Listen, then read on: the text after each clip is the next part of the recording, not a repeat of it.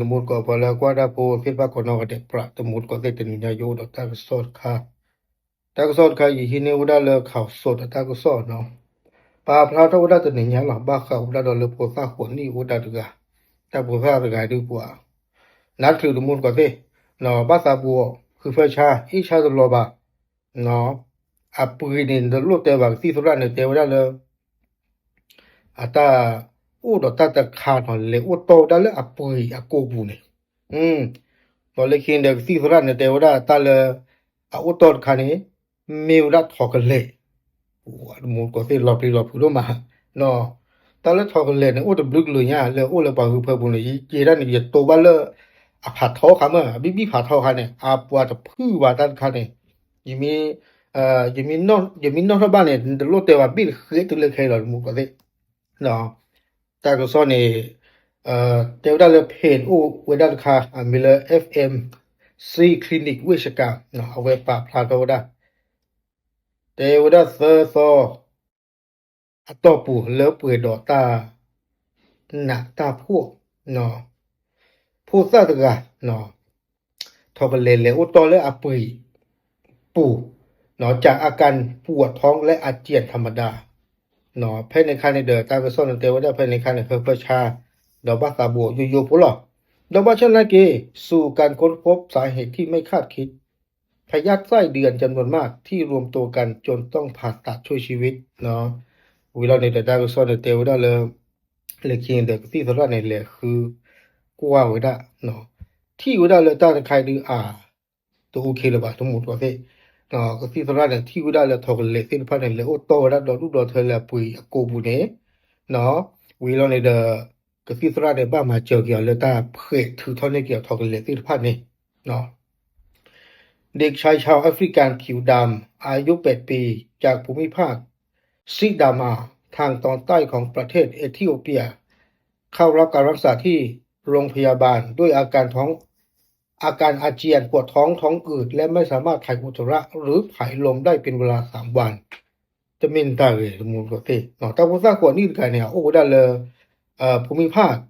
ต้านล้อมโอ้ได้เลยซิดามา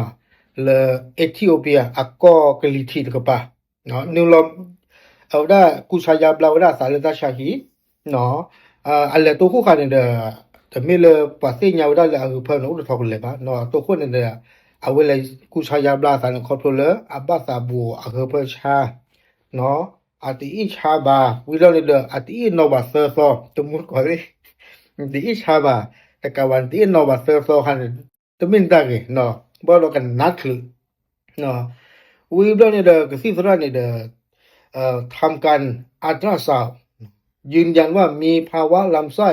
เล็กอุดตันซึ่งเกิดจากการรวมตัวกันเป็นก้อนของพยาธิไส้เดือนที่อันนี้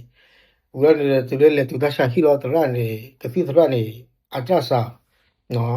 ที่อุดาเลยป่าเวเนี่ยปุยเนี่ยมาตาเนี่ยต่อต้านเลยอุตโตได้ตลุเนาะวิดาเนี่ยกสิตระเนี่ยเทวดาจุลกว่าหลอดที่เราเชอุดาเนี่ยที่ยากิอุดาเลยตาเลยอันเลยอุตโตคันนี้มีเวลาถอกเลยแต่ก็ลึกเนาะโอ้ได้เลยปุยปูดอกกระที่สลายในเตลได้เลยโดยสามารถนำพยาธิออกมาได้สำเร็จด้วยการผ่าตัดเปิดช่องท้องและผ่าตัดเปิดลำไส้เนาะกระที่สลายในบ้าเพยบุรบ้าเพยปุยวิลาในบ้าถือเราปีทอกันเลยซึ่งภาคนี้เนาะเดี๋ยวแต่ก็ส่วนนี้เตก็เดาได้เลยหลังการผ่าตัดเด็กได้รับยาพยาธิและยาปฏิชีวนะส่งผลให้การฟื้นตัวได้ดีและพบว่าการทำงานของลำไส้กลับมาเป็นปกติเมื่อครบ1 เดือนหลังผ่าตัดเนาะดอกที่สลายในเตก็เดาได้เลยที่เลยแบบเคยถือทอกเนี่ยวิลาในไปให้รอกระซี่เนาะกระซี่ทอกันเลยว่าเดี๋ยวกระซี่เวลาใครว่าเราก็มียาฆ่าเชื้อเนาะเพราะเรามาเยอะกระซี่เลยมาซีราคาเส้นพันนี่เนาะวิลาในอัตราเนี่ยแฮกกี่กิโลกี่วิดามออัตราชุกเลยกี่กิโลกี่วิดาดอกกระซี่สลายในเตว่าปาเวเนี่ยแล้วตลาดต่อปูเนี่ยอัตรากิตาบาเพื่อชาติที่พันธุ์ตัวอุลบะเนาะอัตราบลาเวลมาปูหรอปูอ่ะมุดก็เสียแต่ละพอกันเลยที่พันธุ์เนี่ยยิ่งต่อเตลอโอตบุกเลยเนี่ยเนาะอาบิบีพอชีโอเจอาบิบีผัดทอโอเจอาชิกินีพูว่า เอาไว้มาก็กินขี้บัวเนี่ยโอ้เยได้เลยเนาะเอาไว้เดี๋ยวแกเราตาเขาเลยปอตาตะกิชโกบาเนาะเป็นเนื้อตาหาลอยตะกิชโกบาบาบลอเนี่ยปอตาสิตัวจะจันหมอเนาะเอาไว้เนี่ยมีตาก็ซอตะฟ้าแล้วป่าพลาเท่าได้เลยมุตนี่ไงตามลึก